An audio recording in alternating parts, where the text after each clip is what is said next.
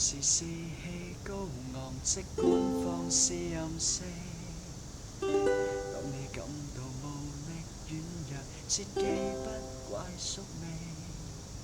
若然做人未算聰明，更要賣力亡命，還未要負責之際，切記盡興。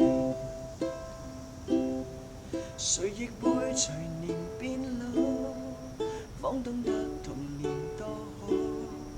等不到來年變老，才懷念那種悠然腳步。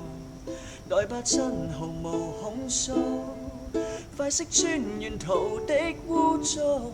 這段少年時間既然昂貴，大好青春要盡耗。記住要共最美的人分享每個夜晚，別忘掉原是已堅持醫好每個傷患。既是有力挺起胸膛，即管好好作反。